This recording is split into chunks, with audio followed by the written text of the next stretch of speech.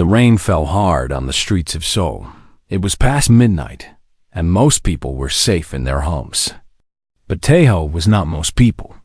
He worked the night shift at a small convenience store near the edge of the city. The shop was old and quiet. Few customers came at this hour. Taeho stood behind the counter and watched the rain hit the glass door. He was 26 years old with tired eyes and messy hair. Life had not been easy for him. His parents died when he was young, and he grew up alone. He never finished university. He never found a good job. But he never complained. He just worked hard and lived simply. The clock on the wall showed 2 in the morning. Taeho yawned and looked at the empty store. The fluorescent lights buzzed above him. Outside, the rain kept falling. He decided to take out the trash before the morning came. He grabbed the black bags and walked to the back door. The alley behind the store was dark and wet. Trash bins lined the walls, and the smell of garbage filled the air. Taeho hated this part of his job, but someone had to do it. He threw the bags into the bin and turned to go back inside. But then he heard something. It was a soft sound, like a small animal crying. He stopped and listened. The sound came from behind the largest bin. Taeho was not a brave man, but he was curious. He walked slowly toward the sound. The rain soaked his shirt, but he did not care. He reached the bin and looked behind it. What he saw made him freeze. A girl sat there in the darkness. She was young, maybe 18 or 19 years old. Her knees were pulled up to her chest, and her arms wrapped around them. She was shaking from the cold. But that was not what surprised Taeho. Her skin was pale blue. Not the blue of sickness or cold. It was a soft, beautiful blue, like the color of the morning sky. Her hair was silver and wet from the rain. And her eyes were large and golden, like 2 small suns. She was not human. Taeho had heard stories about aliens. Everyone had. 5 years ago, the world learned that humans were not alone in the universe. Ships from distant planets visited Earth sometimes, but aliens usually stayed in special zones. They did not wander into dirty alleys behind convenience stores. The girl looked up at him. Her golden eyes were filled with fear. She opened her mouth, but no words came out. She just stared at him like a trapped animal. Taeho did not know what to do. He could call the police. He could run away. He could pretend he saw nothing. But something in her eyes stopped him. She looked so scared, so alone, so lost. He had felt that way before. Slowly, he knelt down in front of her. The rain continued to fall on them both. He kept his voice soft and gentle. "Are you okay?" he asked. The girl did not answer. She just kept shaking. Taeho looked at her more closely. Her clothes were torn and dirty. She wore a strange dress made of material he did not recognize. It looked expensive once, but now it was ruined. She had no shoes, and her feet were cut and bleeding. She was in trouble. That much was clear. "You must be cold," Taeho said. He took off his jacket and held it out to her. "Here, take this." The girl looked at the jacket. Then she looked at him. Her golden eyes studied his face for a long moment. She seemed to be deciding something. Finally, she reached out and took the jacket. Her fingers were thin and blue, and they trembled as she pulled the jacket around her shoulders. "Thank you," she whispered. Her voice was soft and strange. Her Korean was not perfect, but Taeho could understand her. "Can you stand?" he asked. She tried to get up, but her legs were too weak. She fell back against the wall. Taeho reached out and caught her arm. Her skin was cold to the touch. "Come with me," he said. "You cannot stay here. You will get sick." The girl shook her head. "No, I cannot. They will find me. Who will find you?" She did not answer. She just looked at the ground. Taeho thought for a moment. He did not know who she was running from. He did not know why an alien girl was hiding in his alley. But he knew one thing for certain. He could not leave her here. Listen, he said gently. I do not know your story. I do not need to know. But you are hurt and cold and scared. I have a small apartment above this door. It is not much, but it is warm and dry. You can rest there tonight. No one will find you. I promise. The girl looked at him again. Her golden eyes searched his face. She seemed confused by his offer. Why? She asked. Why would you help me? You do not know me. Taeho smiled sadly. Because someone should have helped me once and no one did. I know what it feels like to be alone. For a long moment, the girl said nothing. The rain fell around them and the night was cold. Then, slowly, she nodded. Okay, she whispered. I will come with you. Taeho helped her stand. She leaned against him heavily. She was lighter than he expected, as if her bones were made of something different than human bones. He guided her through the back door and into the store. The warm air inside felt good after the cold rain. Taeho led her through the store and up the narrow stairs at the back. His apartment was small, just one room with a bed, a table, and a tiny kitchen. But it was clean and dry. He helped her sit on the bed. She looked around the room with wonder in her eyes. Everything seemed strange to her, the lamp, the window, the simple furniture. Wait here, Taeho said. I will get you some dry clothes and something to eat. He found an old t-shirt and sweatpants that were too small for him. He gave them to her and turned around while she changed. Then he went to the kitchen and made instant noodles. It was all he had. When he returned, she was sitting on the bed in his old clothes. They were too big for her, but at least they were dry. She looked at the bowl of noodles with curiosity. What is this? She asked. Food, Taeho said. Noodles. Try it. She picked up the chopsticks awkwardly. She did not seem to know how to use them. Taeho showed her how to hold them, and she copied his movements. She brought the noodles to her mouth and tasted them. Her eyes went wide. This is good, she said with surprise. Taeho laughed softly. It is just cheap noodles. Nothing special. On my world, we do not have food like this, she said. She ate more quickly now, her hunger showing. Everything there is cold, formal. This is warm. This is kind. Taeho watched her eat. He had so many questions, but he did not ask them. She would tell him when she was ready, or she would not tell him at all. Either way was fine. When she finished eating, she set the bowl down and looked at him. My name is Yuna, she said. Taeho raised his eyebrows. That is a Korean name. I chose it, she said. When I came to Earth, I wanted a name from this world. Yuna means something beautiful. Yes? It means grace, Taeho said. She smiled. It was a small, tired smile, but it made her face light up. Grace, she repeated. I like that. I am Taeho, he said. Taeho, she said, testing the name. Thank you, Taeho. For everything? You should sleep now, he said. You can have the bed. I will sleep on the floor. Yuna shook her head. No, this is your home. I cannot take your bed. You are hurt and tired. Please, I insist. She looked at him for a long moment. Then she nodded.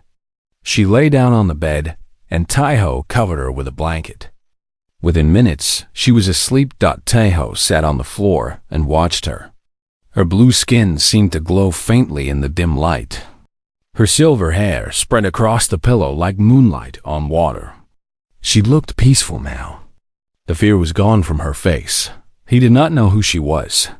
He did not know where she came from or why she was running. He did not know what tomorrow would bring. But for now, she was safe. And that was enough. Outside, the rain continued to fall. The city was dark and quiet. Somewhere out there, someone was looking for her. Taeho could feel it. But tonight, at least, she would rest.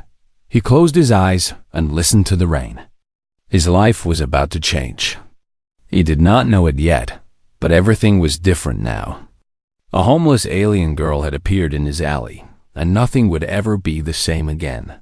But Tejo was not worried. He had spent his whole life alone. He had learned to survive without anyone's help. Now, for the first time, he had someone to protect. And that felt strangely right. He looked at Yuna one more time. She was sleeping deeply, her breathing slow and steady. "Good night, Yuna," he whispered. Then he closed his eyes and let sleep take him too. The rain fell all night. The world outside was cold and dark. But inside the small apartment above the convenience store, two lonely souls found warmth in each other's company. One was a poor human with nothing to offer but kindness. The other was a lost girl from another world with nowhere else to go. They did not know it yet, but their story was just beginning. 3 days passed since Tejo found Yuna in the alley. The rain had stopped and the summer sun returned to Seoul, but Yuna stayed hidden inside the small apartment. She was too scared to go outside. Tejo continued to work his night shifts at the convenience store. During the day, he stayed with Yuna. He taught her simple things about Earth life.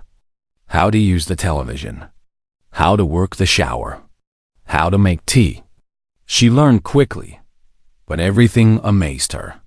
"Your world is so colorful," she said one morning. She was looking out the window at the street below. People walked by with shopping bags. Children rode bicycles.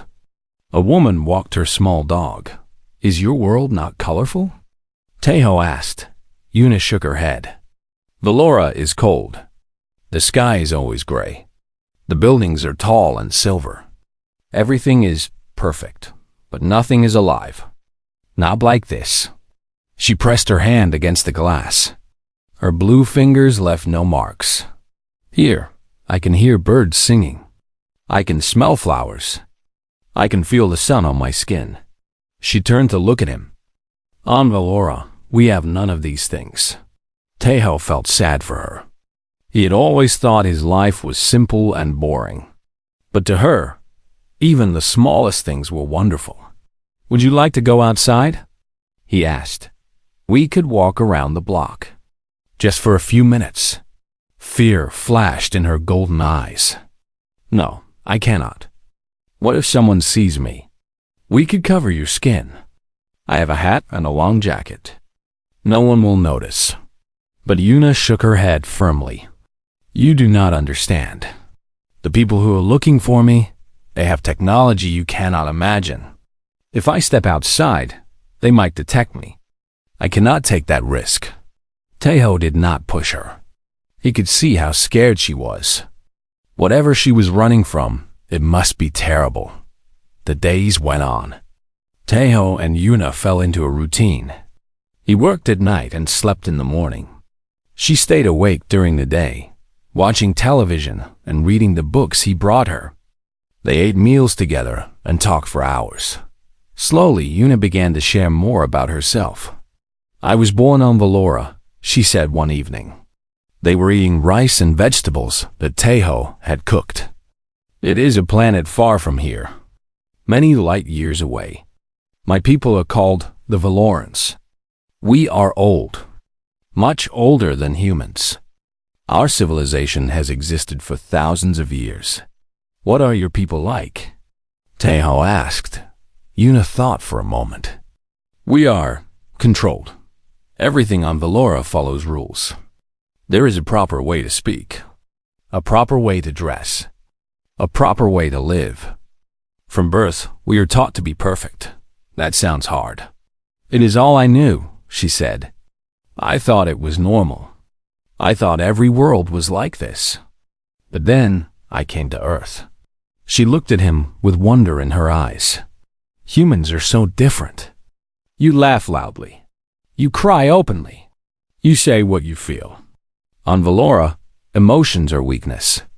But here, emotions are strength. I have never seen anything like it." Tejo smiled. "We humans are a messy bunch. I like messy, Una said. I like real. After dinner, they sat by the window and watched the city lights come on. Seoul was beautiful at night. The buildings glowed with neon signs, and the streets buzzed with life. Tao, Una said quietly. Can I ask you something? Of course. Why do you live alone? Where's your family? Taeho was silent for a moment. It was not an easy question. My parents died when I was 12, he said finally. A car accident. I had no other family. I grew up in different homes. Foster homes, they are called. None of them felt like real family. I'm sorry, Una said. Her voice was full of genuine sadness. It was a long time ago. I am used to being alone now. Una reached out and touched his hand. Her blue fingers were cool against his skin. You are not alone anymore, she said. I am here. Taeho looked at her. In the soft light of the apartment, she looked almost human. Just a young woman with kind eyes and a gentle heart. The blue skin and silver hair did not matter. She was just a person. A friend. Thank you, he said. They sat in comfortable silence for a while. The city hummed outside. Everything felt peaceful. But Taeho knew the peace could not last forever.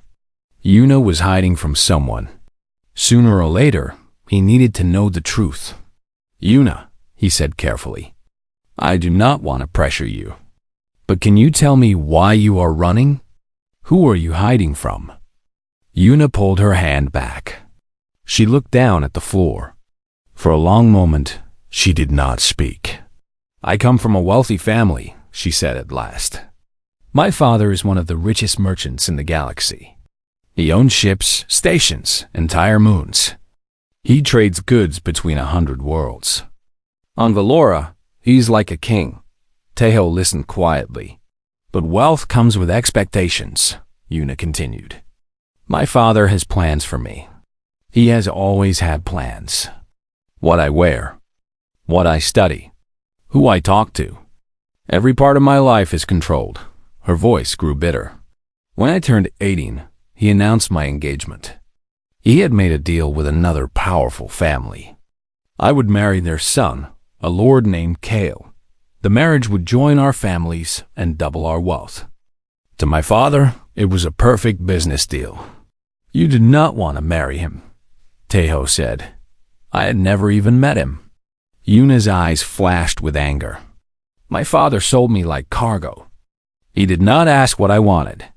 He did not care about my feelings. To him, I am just another asset. Something to trade. Tears formed in her golden eyes. She wiped them away quickly.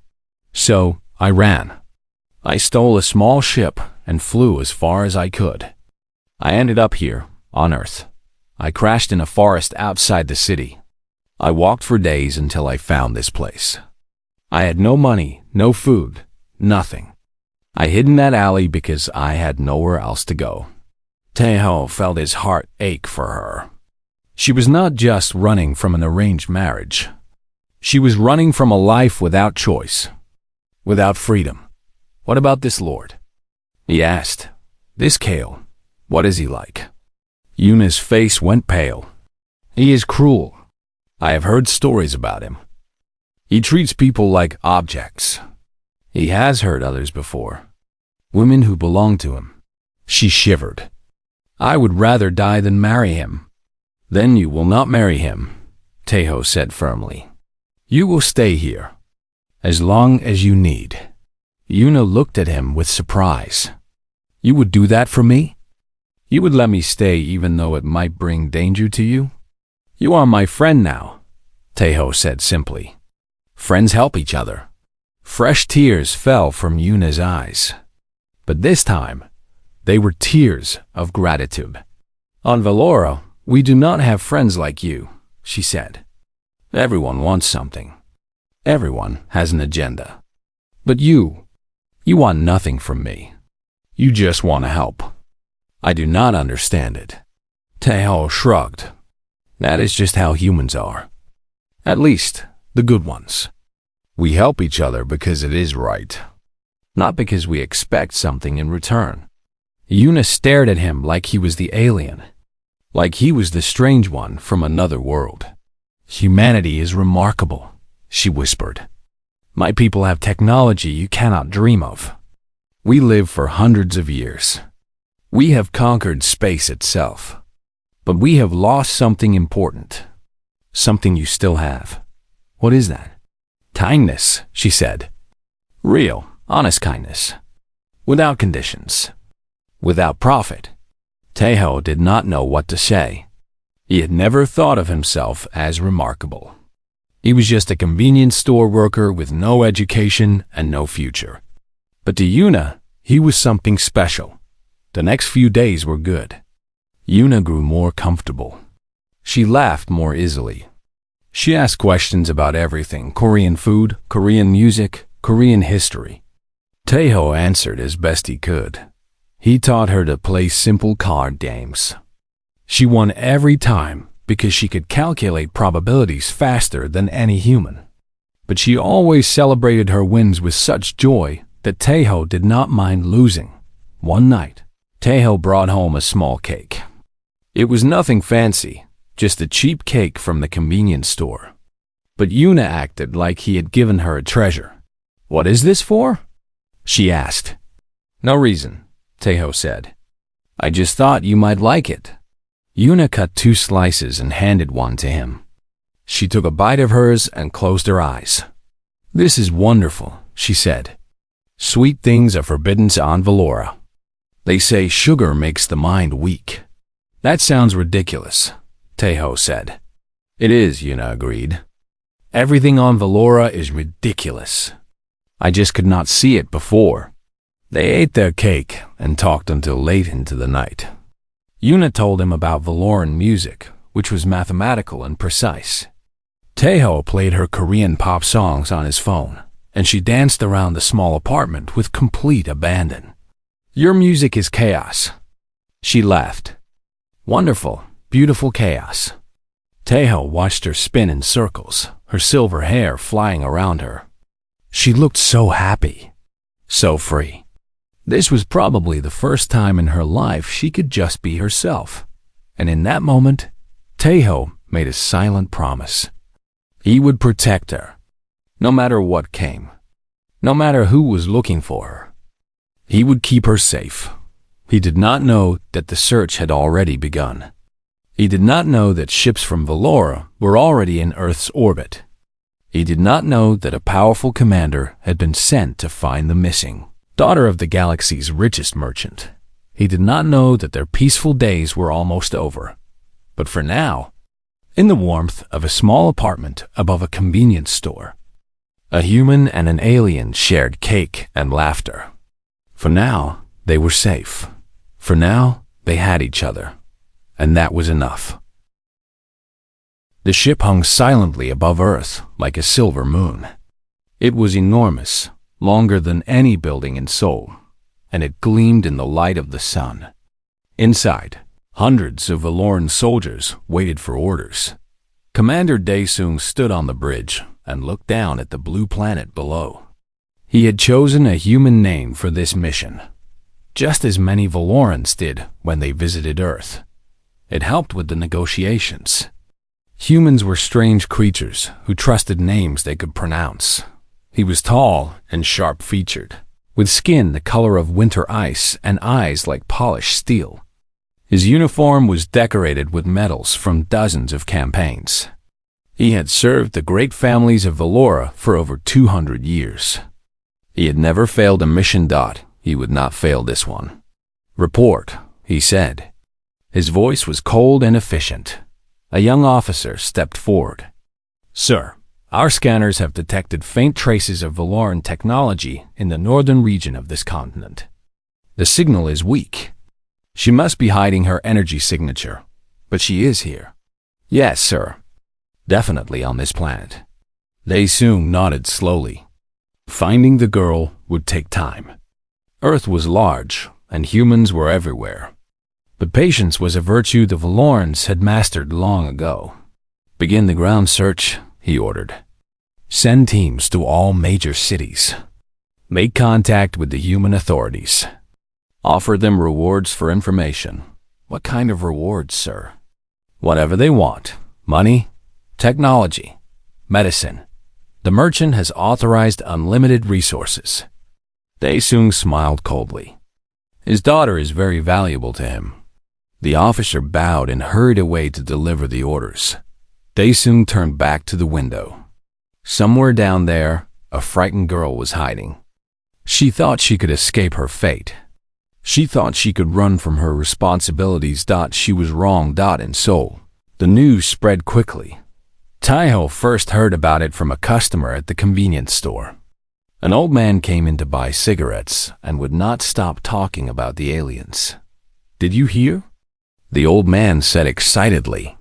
A huge ship appeared over the Pacific Ocean. The news says they are looking for someone. They are offering money, more money than you can imagine. Taeho felt his stomach drop. Looking for someone? Who? A girl, they say. Some important person from their world. She went missing, and now they want her back. Can you believe it? Aliens looking for a runaway girl. The old man laughed and left with his cigarettes. But Taeho was not laughing. He finished his shift as quickly as possible and rushed upstairs.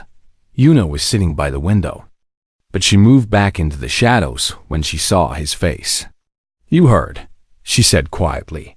They are looking for you, Taeho said. There is a ship. They are offering rewards. Yuna nodded. Her face was pale, even paler than usual. I saw it on the television. I knew this would happen. My father does not give up easily. What do we do? I should leave. Yuna stood up and looked around the small apartment. I have stayed too long. I am putting you in danger. No. Taeho grabbed her arm gently. You are not going anywhere. Not alone. Taeho, you do not understand. These people, they will find me eventually. And when they do, anyone who helped me will be punished. I cannot let that happen to you. I do not care about punishment. You should. Yuna's voice cracked. I care. You are the first person who has ever been kind to me without wanting something in return. I will not let you suffer because of me. Taeho took both of her hands in his. Her blue fingers trembled against his palms.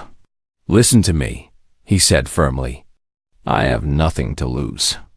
No family, no career, no future, but I have you. For the first time in years, I have someone who matters. I am not going to throw that away because of some aliens with big ships and big rewards. Tears streamed down Yuna's face. You are a fool. Probably, Taeho admitted. But I am your fool. So stop talking about leaving and help me figure out a plan. For a moment, Yuna just stared at him. Then she laughed, a wet, broken laugh mixed with tears. Humans, she said.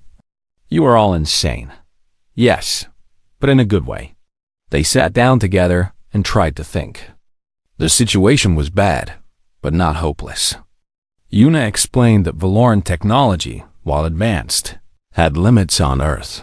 The planet's magnetic field and atmospheric conditions made scanning difficult.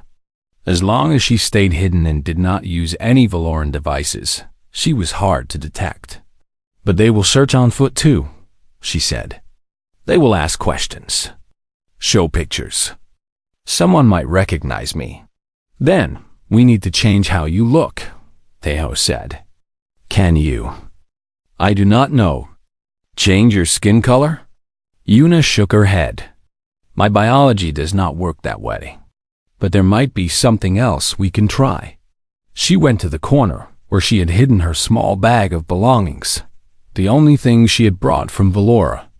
She pulled out a thin metal bracelet. This is a perception filter, she explained. Old technology. Not very powerful, but it can make people overlook certain things.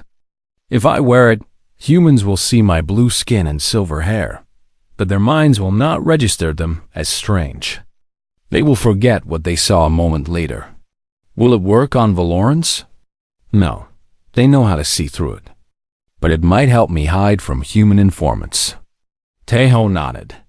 It was something at least thought the next few days were tense. Valoran soldiers appeared on the streets of Seoul. They looked almost human, but their movements were too smooth, too perfect. They wore dark suits and carried devices that beeped and clicked. Taeho saw them several times near the convenience store. They never came inside, but they were always watching, always scanning. The rewards grew larger. First it was money, millions of dollars for information leading to the girl. Then it was technology cures for diseases, clean energy devices, things that could change human civilization forever. People were tempted. Taeho heard his neighbors talking about the reward. He heard customers at the store wondering if they had seen anything strange. The whole city was buzzing with greed and curiosity, but no one came to his door.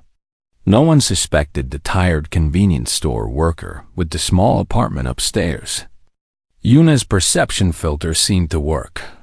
The few times someone glimpsed her in the window, they just blinked and looked away, confused but unable to say why. Still, Taeho knew their luck would not last forever. One night, he was working his usual shift when 3 Valoran soldiers entered the store. They were tall and cold, with the same icy skin as Yuna, but none of her warmth. They looked around with sharp eyes that missed nothing. Taeho's heart pounded, but he kept his face calm. "Can I help you?" he asked. One of the soldiers stepped forward. He placed a small device on the counter. It projected a holographic image into the air, an image of Yuna. She looked younger in the picture, more formal. She wore a beautiful dress and had jewels in her silver hair. "Have you seen this female?" the soldier asked. His voice was flat and mechanical. Taeho looked at the image. He forced himself to stay calm. "No," he said. "I have not seen her. Sorry." The soldier studied his face for a long moment. Taeho felt like he was being scanned, examined, judged. But he did not look away. He had nothing to hide. That was his story, and he would stick to it. Finally, the soldier picked up the device. "If you see her, report immediately to the Valoran embassy," he said. "There is a substantial reward." "I will remember that," Taeho said. The soldiers left without buying anything. Taeho watched them go, his hands shaking behind the counter. When his shift ended, he ran upstairs. Yuna was waiting for him, her face pale with worry. "I saw them come in," she said. "I was watching through the window." "What happened?" "They showed me your picture. I said I had not seen you, and they believed you?" Taeho shrugged. "I think so. They did not arrest me, at least." Yuna hugged him suddenly. Her arms wrapped around him tightly, and he could feel her trembling. "You risked everything," she whispered. "For me. I told you. I am not letting them take you." They stood there for a long time, holding each other. Outside, the city was full of hunters, looking for a lost girl. But inside the small apartment, 2 people found comfort in each other. The search continued for another week. Valoran soldiers were everywhere. They questioned shopkeepers and taxi drivers and street vendors. They scanned buildings and vehicles and communication signals. They were thorough and relentless, but they did not find Yuna. Then something changed. Tae-Ho came home one evening and found Yuna watching the news with wide eyes. On the screen, a Valoran official was making an announcement. Merchant Ha-Jun, the father of the missing girl, has announced that he will come to Earth personally, the official said. He wishes to appeal directly to the humans who may be sheltering his daughter. He asks only for her safe return. He promises there will be no punishment for those who helped her. The screen showed an image of Yuna's father. He was tall and powerful, with cold blue skin and eyes like frozen stars. He wore robes of silver and gold that marked his wealth and status. He looked like a king. He looked terrifying. Yuna turned off the television. Her face was gray with fear. "My father is coming," she said softly. "He never comes anywhere personally. This is very bad." Taeho sat down beside her. "What does this mean?" "It means he is angry. It means he will not stop until he finds me." She looked at him with desperate eyes. "It means I really have to leave now, before he arrives." But Taeho shook his head. "No," he said firmly. "We face this together. Whatever happens." Yuna opened her mouth to argue, but Taeho held up his hand. "I know I am just a human. I know I cannot fight spaceships and soldiers. But I am not afraid. And I am not going to abandon you. Not now. Not ever." Yuna stared at how the merchant ship arrived 3 days later. It was not just big, it was massive. It dwarfed the military vessel that had been orbiting Earth. Its hull was covered in gold and platinum, a floating palace that announced its owner's wealth to the entire planet. Every news channel covered the arrival. Reporters stood on rooftops and filmed the ship as it descended through the clouds. World leaders issued statements welcoming the merchant and promising cooperation. The reward for finding Yuna had increased again. Now it included enough resources to build cities, cure diseases, end poverty. The whole world was looking for her dot in the small apartment. Yuna watched the coverage with dead eyes. She had not eaten in 2 days. She barely slept. The arrival of her father had broken something inside her. Taeho tried to comfort her, but she pushed him away. "You do not understand," she said, her voice hollow. "You have never met my father. You do not know what he is like." "Tell me," Taeho said. He sat down on the floor beside her. "Tell me everything. I want to understand." Yuna was quiet for a long time. Then, slowly, she began to speak. "My mother died when I was young," she said. "I barely remember her. My father raised me alone. But he did not raise me with love. He raised me with discipline, with lessons, with expectations." She stared at the wall, her golden eyes distant. "From the moment I could walk, I was trained. Languages, mathematics, politics, business, every hour of every day was scheduled. I had tutors, coaches, advisors. But I never had friends. I was not allowed to play like other children. Play was weakness. Emotion was weakness. I learned to hide everything I felt." "That sounds terrible," Taeho said quietly. "I thought it was normal. I thought all fathers were like mine. I thought all daughters were like me, perfect products of perfect training." Her voice broke. "I was so alone, Taeho. You have no idea how alone." Taeho reached out and took her hand. She let him. "When I turned 16, my father began looking for a husband for me. Not a partner, a strategic alliance. He met with dozens of families, evaluating their wealth, their power, their connections. I was shown to potential suitors like merchandise at an auction." She laughed bitterly. "Lord Kale was the winner.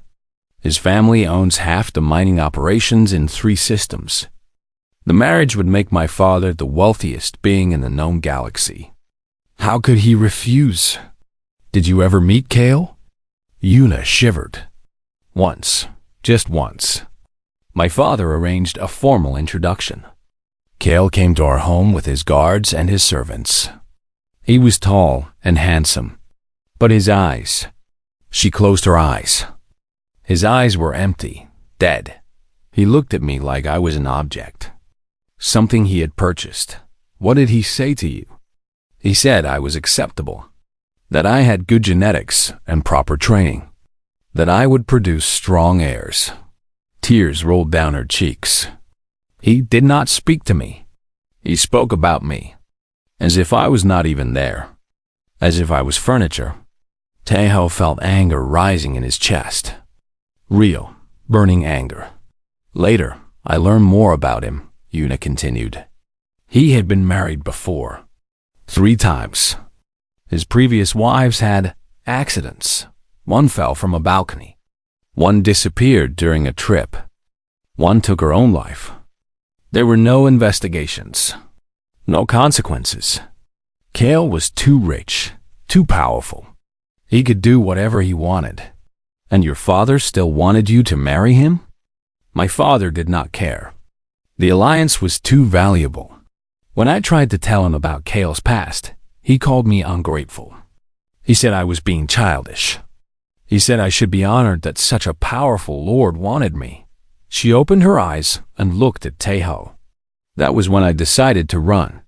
I could not spend my life as Kale's property. I would rather die. Taeho pulled her into a hug. She collapsed against him, sobbing. He held her tightly and let her cry. There was nothing he could say, nothing that would make it better. He could only be there. When her tears finally stopped, she pulled back and looked at him. There is something else, she said. Something I have not told you. What is it? Yuna hesitated. The rewards my father is offering. The technology. The cures. The wealth. It is not generosity. It is desperation. What do you mean? I am not just his daughter, Taeho. I am his only heir. On Valora, inheritance follows blood.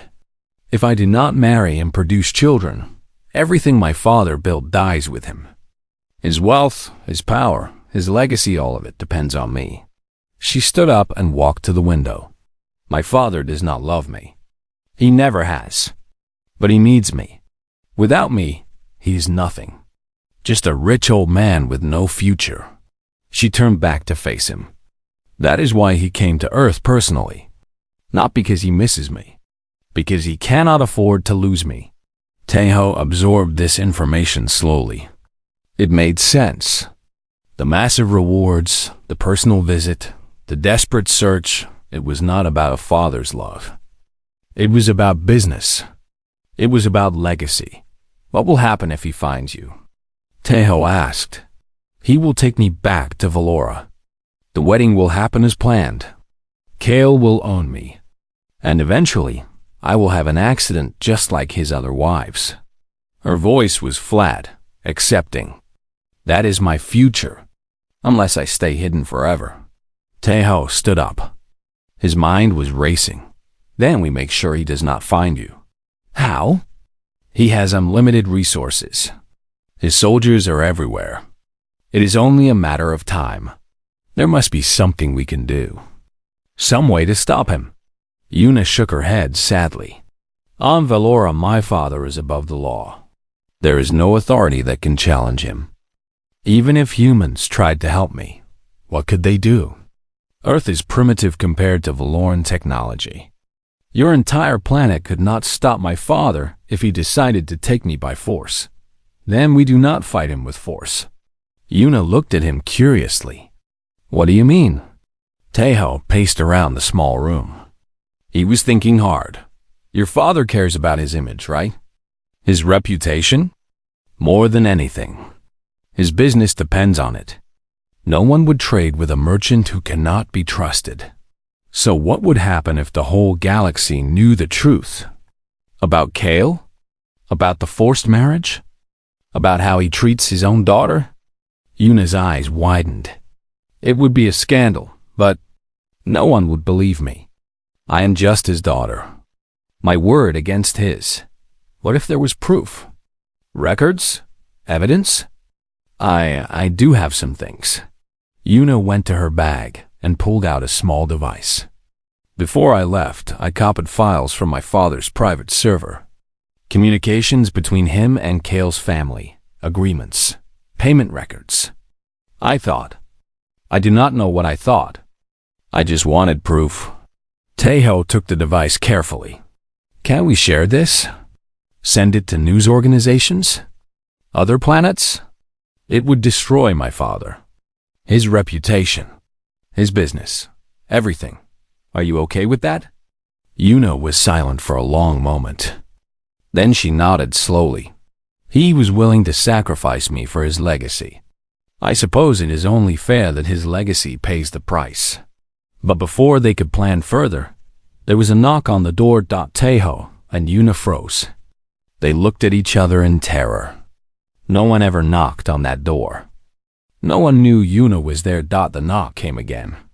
Louder this time. "Open the door," a voice said. It was cold and commanding. "We know she is inside. Resistance is pointless." Yuna's face went white. "Commander Daesung. He found us." Tejo moved quickly. He grabbed Yuna's hand and looked around for an escape route. But the apartment had only one door and one window. They were trapped. "The fire escape," he whispered. "The window." But when he looked outside, he saw Valoran soldiers on the street below. They had the building surrounded. There was no way out. The door burst open. Commander Daesung walked in with 2 soldiers behind him. His icy eyes scanned the room and settled on Yuna. "There you are," he said. "Your father will be pleased." Tejo stepped in front of Yuna. "You cannot take her." The commander looked at him with amusement. A human protecting a Valoran. How touching. How pointless. "I will not let you hurt her." "Hurt her?" The commander laughed. "We are not here to hurt her. We are here to bring her home. To her father. To her future husband. She has responsibilities. She does not want to go. What she wants is irrelevant. She's property of her family. She belongs to them." Tejo's anger exploded. "She's not property. She is a person. She has the right to choose her own life." The commander's amusement faded. His face became cold and hard. "Humans," he said with disgust. "You think freedom is a right. You think choice is sacred. But you are wrong. Freedom is a luxury for the weak. The strong have obligations, duties, purposes." He looked at Yuna. "Your purpose is to serve your family, to continue your line, to fulfill the agreements that bind you." "I refuse," Yuna said. Her voice was steady despite her fear. "I will not marry Kale. I will not be sold like cargo.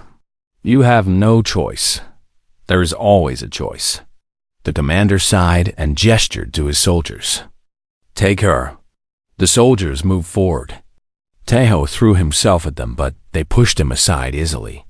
He hit the wall hard and crumpled to the ground. The soldiers grabbed Yuna's arms and began dragging her toward the door. "Taha!" She screamed. "Taha!" He tried to get up, but his head was spinning. He could only watch as they took her away. Then he heard her voice one last time. "Release the files." She shouted. "The device." "Tell everyone." The door slammed shut. She was gone. Tejo lay on the floor of his empty apartment. His body ached. His heart felt broken. But Yuna's last words echoed in his mind. The device. The files. The truth. He still had a chance. Tejo worked through the night. The alien device was strange, but he discovered it responded to touch and intention. By morning, he had figured out how to access the files inside. What he found made him sick. There were communications between Yuna's father and Lord Kale's family. They discussed Yuna like she was livestock. Her genetics, her fertility, her training scores. They negotiated prices and terms. They argued about dowry and inheritance rights.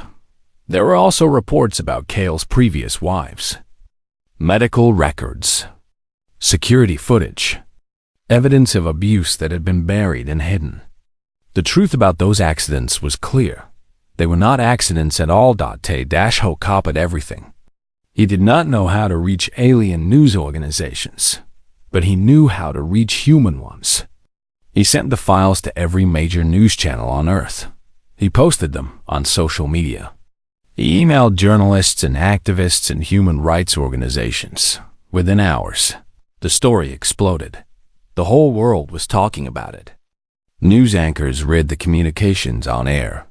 Experts analyzed the evidence of Kale's crimes. Human governments issued statements condemning the forced marriage. Protests erupted outside the Valoran embassy. For the first time, the galaxy was watching. In the merchant's golden ship, Yuna sat in a locked chamber and waited. Commander Daesung had been polite but firm. She would stay here until her father decided what to do with her. She expected punishment, rage, violence. What she did not expect was the chaos.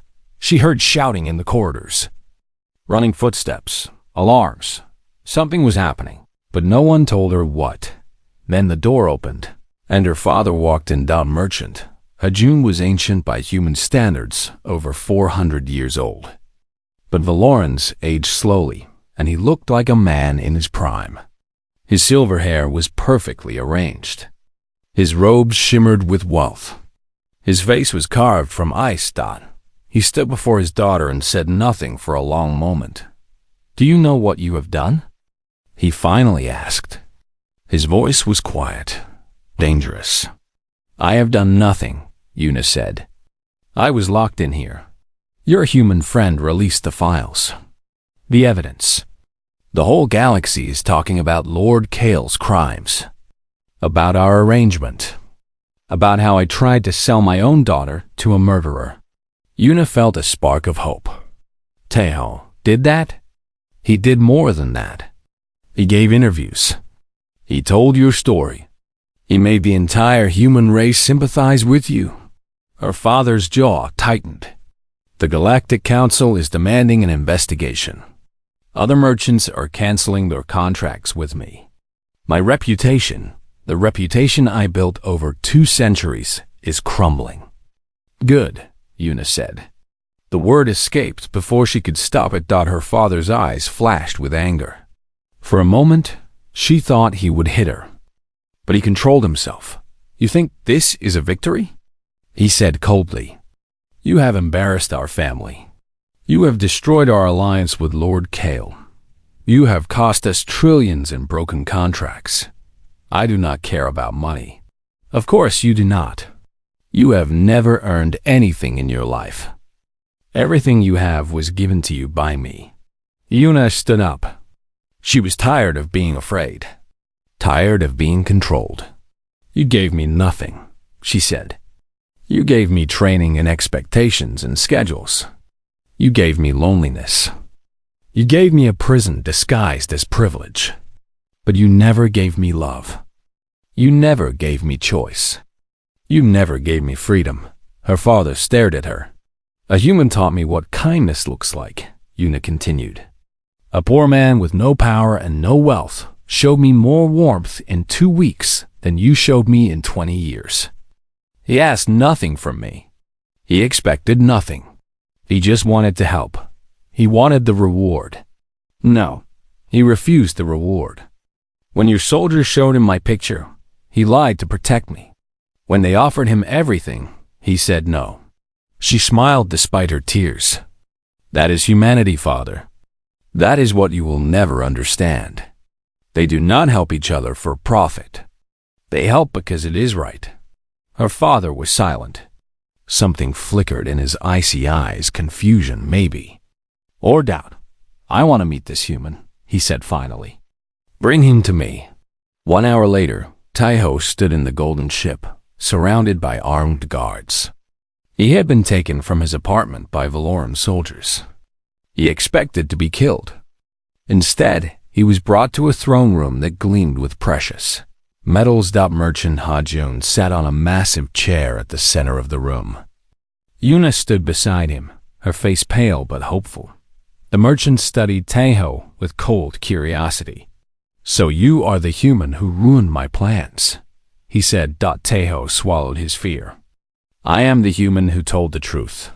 The truth." The merchant laughed bitterly. "The truth has cost me everything. My alliance, my reputation, my fortune. With respect, sir, those things were built on lies, on cruelty, on treating people like property. You dare lecture me? A convenience store worker from a primitive planet?" "Yes." Taeho's voice was steady. "Because I am right. And you know it." The throne room went silent. No one had ever spoken to the merchant like this. The guards looked at each other nervously. They expected Taeho to die, but the merchant did not kill him. Instead, he asked a question. Why did you help her? Because she needed help. You could have had wealth beyond imagination, technology, power, everything. I do not want those things. Then what do you want? Taeho looked at Yuna. She was watching him with tears in her golden eyes. I want her to be free, he said simply. I want her to make her own choices, to live her own life, to be happy. That is all? That is everything. The merchant was quiet for a long time. He looked at his daughter. He looked at Taeho. He seemed to be thinking deeply. Finally, he spoke. My wife died when Yuna was young, he said slowly. She was the only person I ever loved. After she was gone, I closed my heart. I focused on business, on legacy, on power. I thought those things would make me immortal. He looked down at his hands. I forgot what mattered. I forgot that my wife loved me not for my wealth, but for who I was. I forgot that our daughter was a gift, not an asset. I forgot how to be a father. He stood up from his throne. He walked down the steps toward Taeho and Yuna. You have taught me something, human. Your kindness, your courage, your refusal to accept rewards. These things are more valuable than all my gold. He reached out and took his daughter's hand. Yuna, I am sorry. I have been a terrible father. I cannot undo the past, but I can change the future. Yuna stared at him in disbelief. What are you saying? The arrangement with Lord Kale is cancelled. The wedding will not happen. You are free to live your own life. Tears streamed down Yuna's face. Father, I will not force you to return to Valora. I will not control your choices. If you wish to stay on Earth, I will not stop you. He turned to Taeho. You saved my daughter. More than that, you saved something in me that I thought was dead. I owe you a debt that cannot be repaid. He gestured, and a servant approached with a golden case. I offer you wealth. Enough to buy cities. Enough to never work again. Taeho shook his head. I do not want your money. The merchant smiled slightly. I expected you to say that. What do you want then? Taeho thought for a moment. I want your promise, he said. Promise me that you will treat your daughter with love. Promise me that you will listen to her, that you will respect her choices, that you will be the father she deserves. The merchant looked at him for a long moment. Then he nodded. You have my word. Yuna ran to Taeho and threw her arms around him. He held her tightly while she cried tears of joy. Thank you, she whispered. Thank you. Thank you. You are free now, he said. That is all that matters. The merchant watched him with something strange in his eyes. It looked almost like warmth. 1 month later, life had changed for everyone. The merchant returned to Valora a different man. He began reforms in his companies, treating workers fairly and ending exploitative practices. Lord Kale was arrested by the Galactic Council and charged with murder. The forced marriage contracts were outlawed across dozens of worlds, and Yuna stayed on Earth. She lived with Taeho in a small apartment, not the one above the convenience store, but a nicer one that her father insisted on providing. She refused his fortunes, but she accepted a modest allowance and his promise to visit regularly. For the first time in her life, she was happy. She learned to cook Korean food. She made friends with the neighbors. She walked through the streets of Seoul without fear. Her blue skin and silver hair now famous symbols of freedom and hope. And every night, she and Taeho sat by the window and watched the city lights together. Do you ever regret it? She asked him one evening. Giving up all that wealth? Taeho smiled. I have everything I need. A small apartment and a boring job? No. He looked at her. A friend. A real one. Someone who sees me for who I am, not for what I can give them. Yuna leaned against his shoulder. Humanity is remarkable, she said softly. I traveled across the galaxy, and I found the greatest treasure in the poorest place. Kindness, pure and simple. Tejo put his arm around her. Maybe that is our gift, he said. Humans are not the strongest or smartest or most advanced, but we know how to care for each other. We know how to love without conditions. Outside, the stars were bright above Sol. Somewhere out there, the galaxy continued its ancient dance of power and wealth and politics. But here, in a small apartment on a small planet, two people had found something better. They had found each other, and that was enough. That was everything.